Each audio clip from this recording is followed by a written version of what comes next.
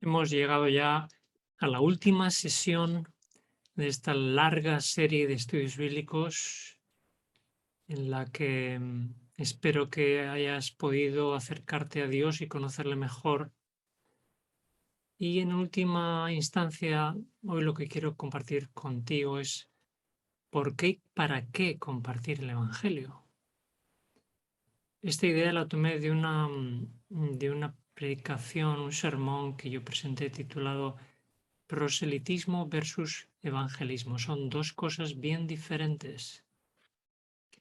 Desgraciadamente, dentro del mundo cristiano existe mucho proselitismo denominacional, pero poco evangelismo, que es lo mismo que compartir las buenas noticias.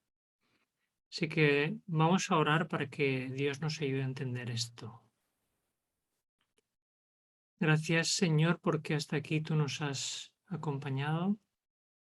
Ayúdanos a comprender que las buenas noticias que transforman nuestra vida también son buenas noticias para otras personas y que tú colocas en nosotros el deseo de compartirlas.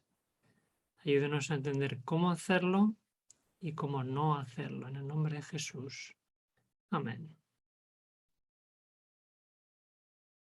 Obviamente, cuando uno recibe buenas noticias, uno siempre quiere compartirlas de forma natural. Entonces, cuando uno recibe la luz del Evangelio, Dios coloca el deseo de compartir esas buenas noticias y encontraremos personas receptivas, pero también encontraremos personas que no quieren escuchar ni la verdad ni la luz y que se les hable del Evangelio.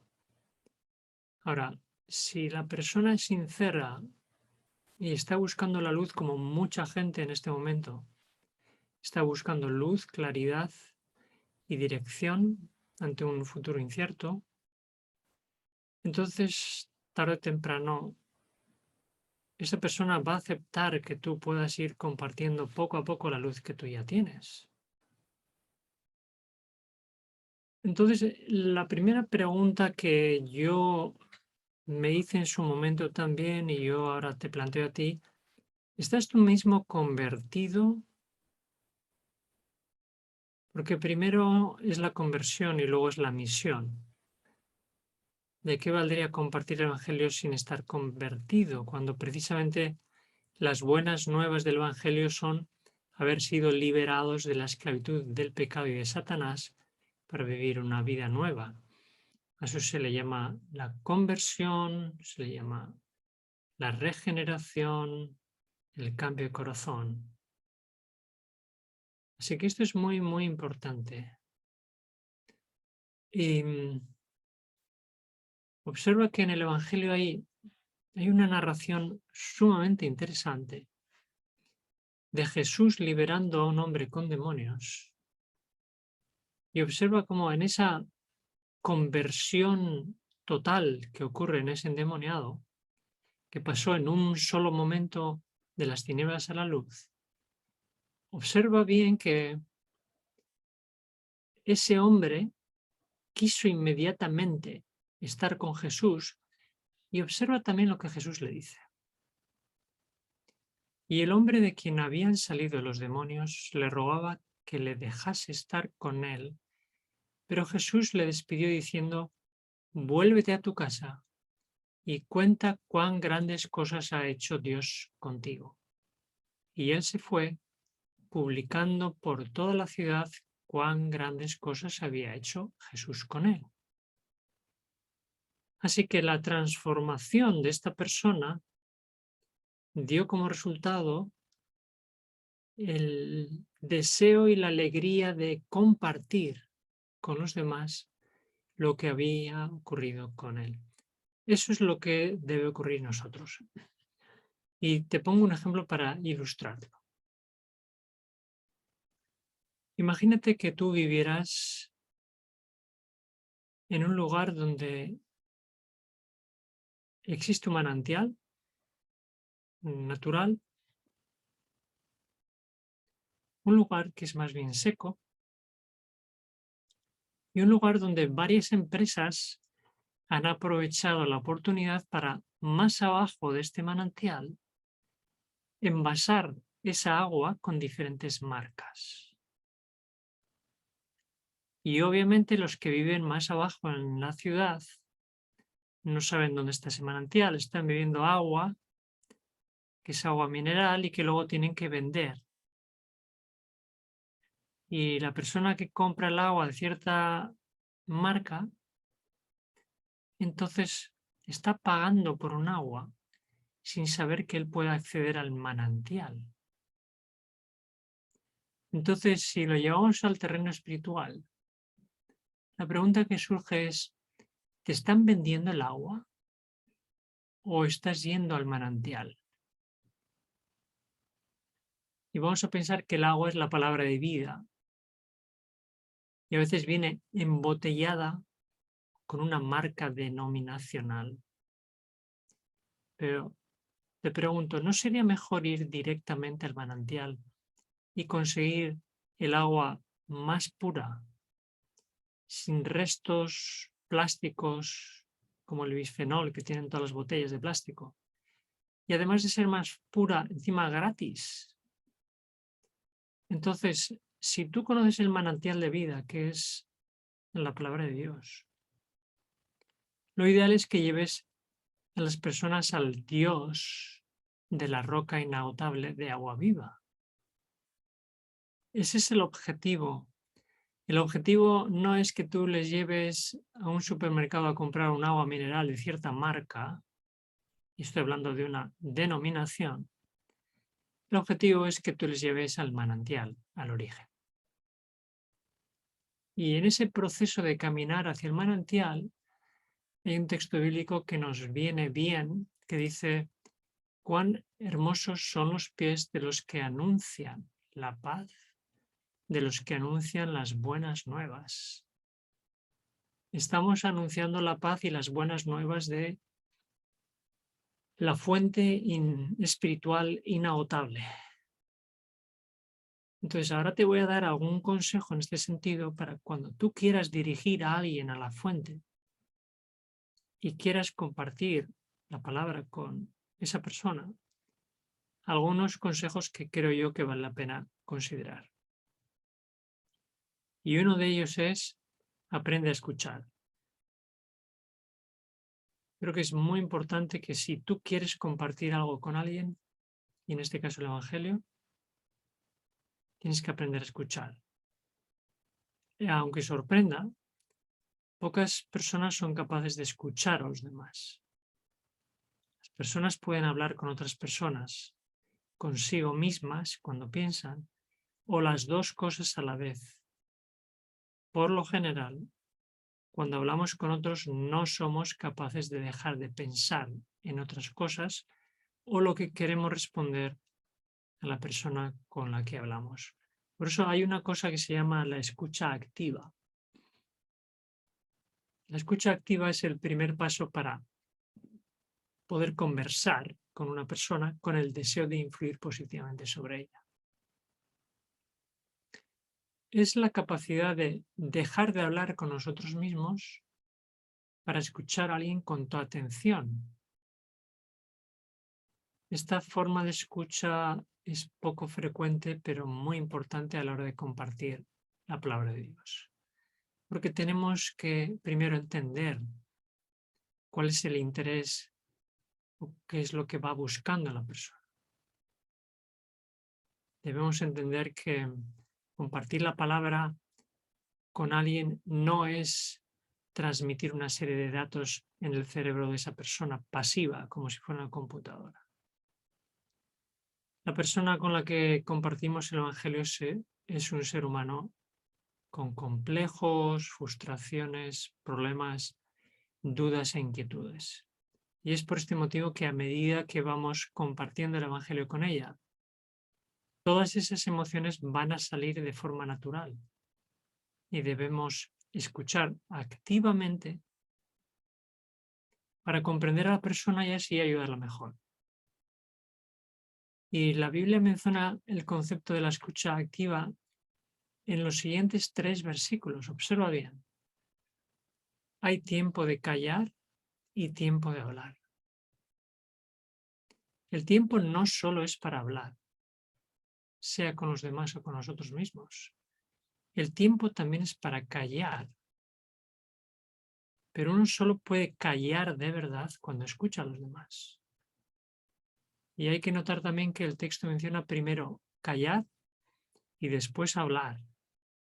Ese es el orden apropiado que deberíamos adoptar en nuestras conversaciones con los demás. El segundo texto, todo hombre tenga más disposición para oír y menos para hablar. No solo deberíamos tener primero disposición de oír antes de escuchar, sino que incluso deberíamos tener en cuenta la proporción. Oír más y hablar menos. Y el tercer versículo, al que responde palabra antes de oír, le es fatuidad y oprobio. Si falta la atención, falta educación, y si no escucho, no debería hablar. De hecho, la mayor evidencia de que una persona no está escuchando es cuando interrumpe a los demás. Si solamente pusiéramos en práctica estos 3 versículos bíblicos, las relaciones entre las personas, las familias, amigos o hermanos cambiarían radicalmente. Con el concepto este de la escucha activa en mente, ahora sí podemos estudiar cuál es el objetivo prioritario de los estudios bíblicos. Vamos a leer para ello un primer versículo que dice así: Ay de vosotros, escribas y fariseos, hipócritas, porque recorréis mar y tierra para hacer un prosélito, y una vez hecho lo hacéis 2 veces más hijo del infierno que vosotros. Es muy importante entender esto, porque la meta no es hacer un prosélito de uno mismo o hacer un prosélito de una denominación, como era en este caso la iglesia judía o el pueblo judío, que se había convertido literalmente en una secta y que la gente guardaba los preceptos simplemente por temor. ¿Subirías a un tren sin saber a dónde va? En ningún caso, me imagino, ¿verdad? Todas las personas quieren conocer el destino de un tren antes de subirse a él. Entonces, vamos a ver cuáles de estas 3 opciones crees entonces que es el objetivo más importante de compartir el Evangelio. 1, llevar a la persona a una iglesia. 2, transmitir unas doctrinas y las acepte. O 3, que la persona se bautice. Porque estas 3 opciones son las principales motivaciones de las iglesias cristianas para hacer evangelismo. Algunos se preocupan mucho de transmitir conocimiento, pero no es el objetivo. Y tampoco el objetivo es que la persona comience a asistir a una iglesia, aunque algunos muchas veces piensan que el primer paso es llevar a una persona a mi iglesia, cuando no lo es. Pero en la mayoría de los casos parece que el objetivo final sí que es que la persona acepte el Evangelio y lo demuestre con un bautismo. Este es el enfoque más común entre las diversas organizaciones cristianas, pero creo que no debiera ser el objetivo final. ¿Y por qué digo esto? Porque transmitir un conocimiento, llevar a una persona a una iglesia o conseguir que se bautice puede hacerse sin la ayuda del Espíritu Santo. No estoy diciendo que estos 3 objetivos sean malos en sí mismos. Lo que digo es que se puede conseguir con el esfuerzo humano, pero hay algo que solo el Espíritu de Dios puede conseguir y que ningún hombre puede. Entonces, el objetivo de Dios es diferente del de los hombres. Y observa cuál es el objetivo. Dios levantó a su Hijo a fin de que cada uno se convierta de su maldad. En realidad, toda la obra de Dios y toda la palabra de Dios está enfocada a un objetivo prioritario que es la conversión del hombre. Por este motivo, el mayor objetivo de compartir el Evangelio con otros debe ser la conversión de esa persona, no por mi parte, sino por el Espíritu Santo. Nuestra única función es ser instrumentos en las manos de Dios para llevar a esa persona al manantial espiritual, para que ocurra ese milagro. Y cuando suceda, conocimiento de las Escrituras, el bautismo y la asistencia a una iglesia tendrá su verdadero sentido. Y para eso, para que un ser humano se convierta, tiene que arrepentirse. Hay que tener en cuenta que en la conversión incluye una serie de pasos. Y entre esos pasos está el tener fe, el tener arrepentimiento y luego demostrarlo en un bautismo. Porque sin verdadero arrepentimiento no puede haber conversión verdadera. Entonces tenemos en la Biblia el símbolo del Antiguo Testamento, que era el rito de la circuncisión. ¿Y para qué dio Dios la circuncisión al pueblo de Israel? ¿Era solo una señal para distinguirse de los demás? ¿Qué simbolizaba realmente la circuncisión? Dios mismo dejó especificado en su palabra cuál era el símbolo de la circuncisión. Y lo podemos leer en el libro de Deuteronomio, cuando dijo: circuncidad vuestro corazón.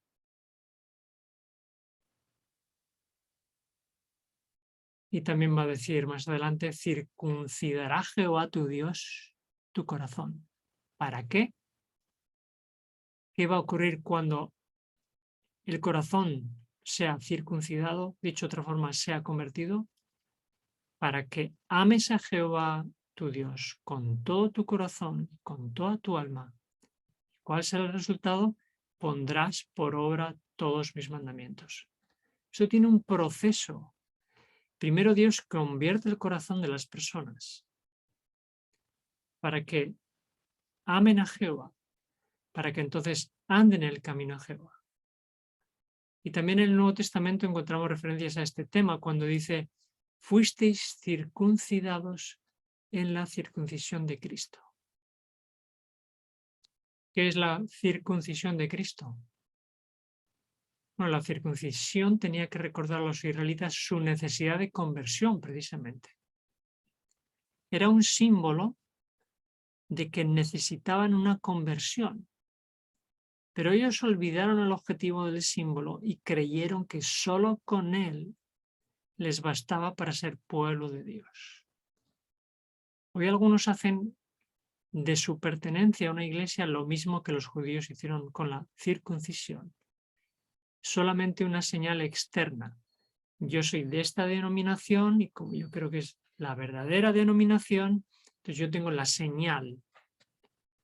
Pero en realidad la señal, como dice Proverbios, Romanos en este caso, la circuncisión del corazón está hablando aquí otra vez. Y en Gálatas dice: en Cristo Jesús ni la circuncisión vale, la física, ni la incircuncisión, sino una nueva creación. Así que la conversión es primero y luego viene el bautismo. Y muchos se sienten seguros de que por el hecho de haber conocido el Evangelio y haberse bautizado y haberse unido a una iglesia, son ya parte del reino de Dios. Y esto los hace sentir una falsa seguridad, sin saber que en realidad, por el hecho de no estar convertidos, están completamente perdidos, tal y como Jesús le dijo a Nicodemo en Juan capítulo 3. Así que la relación con una iglesia no reemplaza la conversión. El aceptar el credo de una iglesia no es de ningún valor para ninguna persona si el corazón no experimenta un verdadero cambio. Y en la época de Juan el Bautista, el bautismo era la confirmación de la conversión. Y así ocurrió con, por ejemplo, Pablo, que se convirtió como judío, y Cornelio, que se convirtió como gentil. Y hoy en día este símbolo está cada vez más lejos de su objetivo original. El bautismo del Nuevo Testamento era un símbolo del nuevo nacimiento, un símbolo de la circuncisión. Por eso cuando en nuestro deseo de compartir las buenas noticias no tenemos claro este objetivo, convertimos a una persona en un prosélito, como hacían los judíos. Convertimos a la persona en un legalista o en un miembro de una denominación, pero sin haber sido convertido. Y es por esto que el cristianismo está tan debilitado. Tenemos todas las denominaciones llenas de cristianos intelectuales o cristianos religiosos, que es algo muy diferente a lo que estamos viendo. Por eso es importante entender las tres creaciones. Tenemos que tener la fe de que Dios creó el cielo y la tierra, y hablamos y defendemos mucho la creación en contra de la evolución. Podemos entrar en el debate creacionista, evolucionista, pero no llegamos a entender el aspecto más espiritual de la creación en realidad. También hablamos del poder creador de Dios en el principio y hablamos de cómo Dios volverá a crear cielos nuevos y tierra nueva, dice Apocalipsis 21, 1. O sea, Dios creador en el inicio y Dios creador cuando vuelva a recrear cielos y tierra. Pero parece que entre las dos no nos queda claro que en realidad nosotros tenemos que ser creados espiritualmente, como dice en Efesios 2, creados en Cristo Jesús, dice luego creados según Dios, y en Colosenses habéis resucitado con Cristo, o sea, una nueva creación.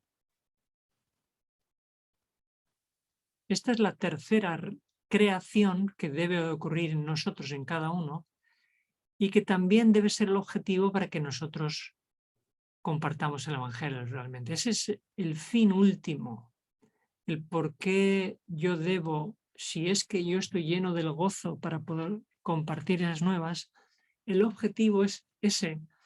Da igual que esa persona tarde 1 o 10 años en alcanzar esa nueva creación. Lo fácil es llevar a una iglesia rápido, lo fácil es convencerla intelectualmente en una serie de meses, y lo fácil es que un día se bautice y forme parte de una denominación, pero el milagro de Dios puede tardar a veces muchos años y tenemos que dejarle a Dios que actúe para que pueda crear un milagro en esa persona y no nosotros provocar o conseguir un prosélito. Así que ahora sabemos que el objetivo de los estudios bíblicos no es enseñar doctrinas, ni es llevar a una persona a una iglesia y tampoco que se bautice. Este es el objetivo, acercar a la persona a Dios, que la persona descubra su pecaminosidad, que conozca a Jesús y su expiación, que el Espíritu Santo lo convierta. Una vez sí convertido, que se arrepienta y bautice.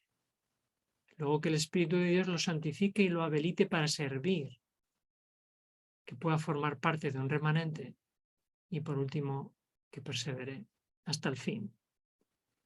Esto es lo que debemos tener en mente cuando compartimos el Evangelio a otras personas. Y esto es todo espiritual. Es todo espiritual. Así que, como suelo decir, el fruto de un árbol, si yo te preguntara cuál es, si este fuera un manzano, yo te preguntara cuál es el fruto de un manzano, estoy seguro que tú me responderías, el fruto de un manzano son las manzanas. Y en parte es cierto, pero el ideal es que el fruto de un manzano sea otro manzano. ¿Y qué quiero decir con esto? tú que me escuchas eres un manzano que va a dar fruto espiritual, simbolizado en la manzana. Pero el ideal no es que los demás vengan a tu manzano a comer. El ideal es que tú compartas el Evangelio, compartas las manzanas con las semillas del Evangelio, que las semillas del Evangelio germinen en otro ser humano, pero para que a su vez la otra persona, una vez regenerada y convertida, también se convierta en un manzano que pueda fructificar y así la luz se pueda extender a todo el mundo. Así que en realidad el fruto final de un manzano es otro manzano. Es lo que en Salmo capítulo 1, versículo 3 dice, el árbol de justicia. Somos como árboles de justicia plantados junto a las aguas.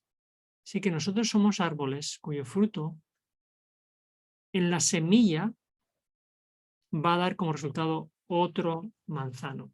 Esa es la idea de compartir el Evangelio. Por eso, algunas personas con las que yo he compartido el Evangelio y he estudiado la Biblia con ellos, les digo que no pueden estar estudiando la palabra de Dios conmigo el resto de la vida. Tienen que buscar otras personas receptivas para plantar la semilla en ellos y que de esa forma la luz y el Evangelio se transmita y se extienda a todo el mundo. Espero que toda esta serie de estudios bíblicos te haya podido acercar a Dios, te haya dado luz espiritual, te haya ayudado a que Dios haya podido convertir tu corazón y que tú realmente seas un manzano que dé fruto espiritual abundante. Y que a partir de ese fruto que tú des, otros puedan también convertirse en árboles de justicia.